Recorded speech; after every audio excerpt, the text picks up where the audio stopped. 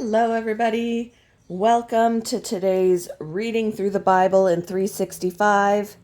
Today we are going to be focusing on Exodus chapter 19 and 20 and Matthew chapter 18 verses 21 to 35.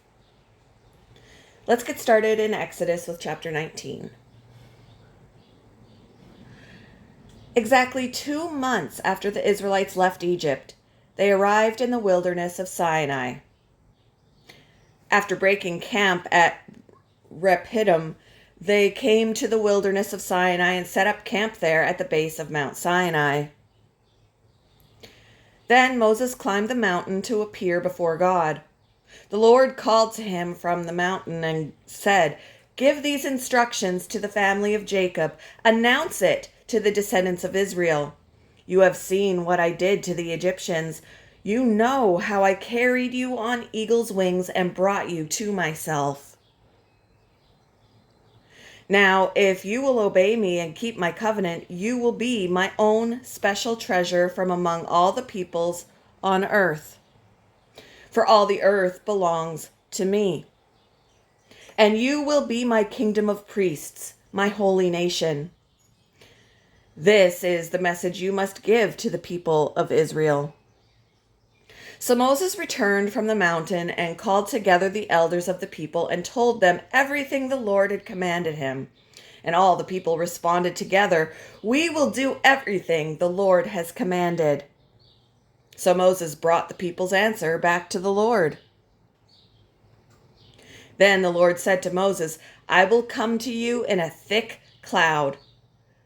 I will come to you in a thick cloud, Moses, so the people themselves can hear me when I speak with you. Then they will always trust you."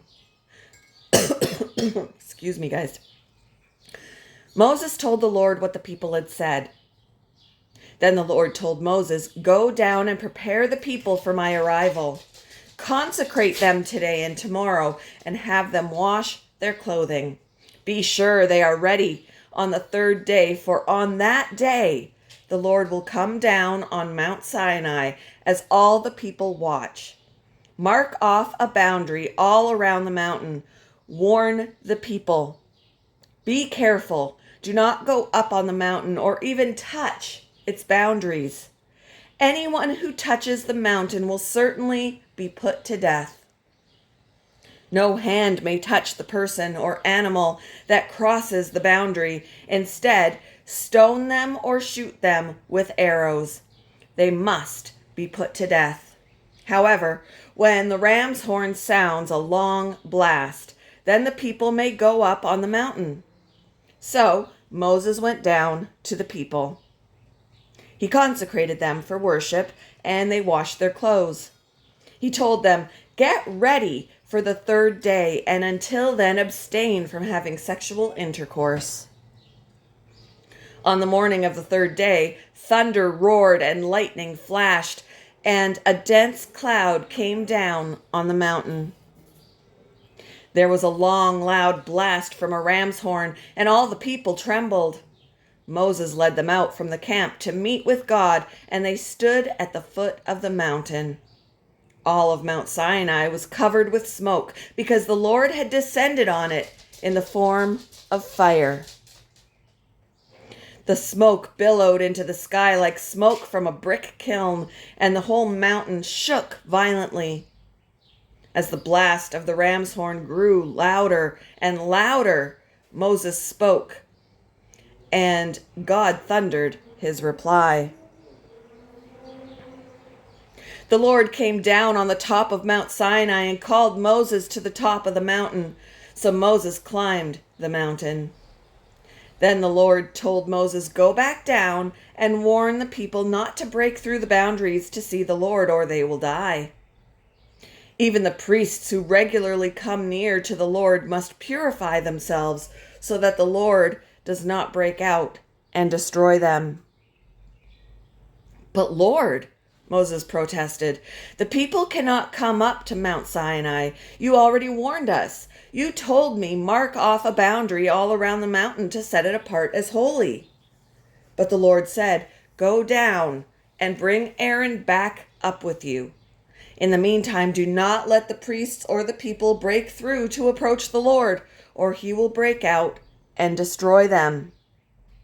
So Moses went down to the people and told them what the Lord had said. Chapter 20. Then God gave the people all these instructions. "I am the Lord your God, who rescued you from the land of Egypt, the place of your slavery. You must not have any other god but me. You must not make yourself an idol of any kind or an image of anything in the heavens or on the earth or in the sea. You must not bow down to them or worship them, for I, the Lord your God, am a jealous God who will not tolerate your affection for any other gods.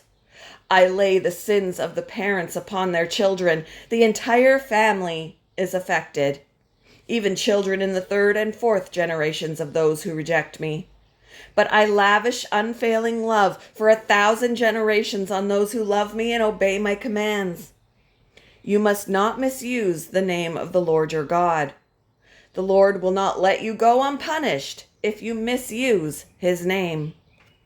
Remember to observe the Sabbath day by keeping it holy.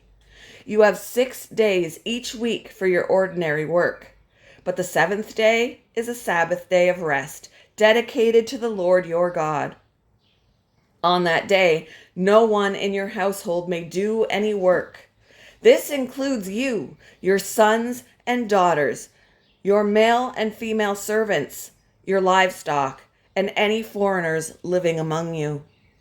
For in 6 days the Lord made the heavens and earth, the sea, and everything in them. But on the 7th day he rested. That is why the Lord blessed the Sabbath day and set it apart as holy. Honor your father and mother. Then you will live a long, full life in the land the Lord your God is giving you. You must not murder. You must not commit adultery. You must not steal. You must not testify falsely against your neighbor. You must not covet your neighbor's house. You must not covet your neighbor's wife, male or female servant, ox or donkey, or anything else that belongs to your neighbor. When the people heard the thunder and the loud blast of the ram's horn, and when they saw the flashes of lightning and the smoke billowing from the mountain, they stood at a distance, trembling with fear. And they said to Moses, "You speak to us, and we will listen, but don't let God speak directly to us, or we will die." "Don't be afraid," Moses answered them, "for God has come in this way to test you, and so that your fear of him will keep you from sinning." As the people stood in the distance, Moses approached the dark cloud where God was. The Lord said to Moses, "Say this to the people of Israel: You saw for yourselves that I spoke to you from heaven. Remember, you must not make any idols of silver or gold to rival me. Build for me an altar made of earth and offer your sacrifices to me, your burnt offerings and peace offerings, your sheep and goats and your cattle. Build my altar wherever I cause my name to be remembered, and I will come to you and bless you. If you use stones to build my altar, use only natural, uncut stones. Do not shape the stones with a tool, for that would make the altar unfit for holy use. And do not approach my altar by going up steps. If you do, someone might look up under your clothing and see your nakedness." Moving on to Matthew chapter 18, verses 21 to 35. Then Peter came to him and asked, "Lord, how often should I forgive someone who sins against me? 7 times?" "No, not 7 times," Jesus replied, "but 70 times 7. Therefore, the kingdom of heaven can be compared to a king who decided to bring his accounts up to date with servants who had borrowed money from him. In the process, one of his debtors was brought in who owed him millions of dollars. He couldn't pay, so his master ordered that he be sold, along with his wife, his children, and everything he owned, to pay the debt. But the man fell down before his master and begged him, "Please be patient with me, and I will pay it all." Then his master was filled with pity for him, and he released him and forgave his debt. But when the man left the king, he went to a fellow servant who owed him a few $1,000s. He grabbed him by the throat and demanded instant payment. His fellow servant fell down before him and begged for a little more time. "Be patient with me, and I will pay it," he pleaded. But his creditor wouldn't wait. He had the man arrested and put in prison until the debt could be paid in full. When some of the other servants saw this, they were very upset. They went to the king and told him everything that had happened. Then the king called in the man he had forgiven and said, "You evil servant, I forgave you that tremendous debt because you pleaded with me. Shouldn't you have mercy on your fellow servant just as I had mercy on you?" Then the angry king sent the man to prison to be tortured until he had paid his entire debt. That's what my heavenly Father will do to you if you refuse to forgive your brothers and sisters from your heart.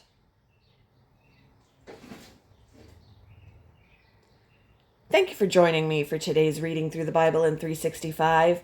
I hope you all have a wonderful Wednesday, and I will see you in the next one, guys.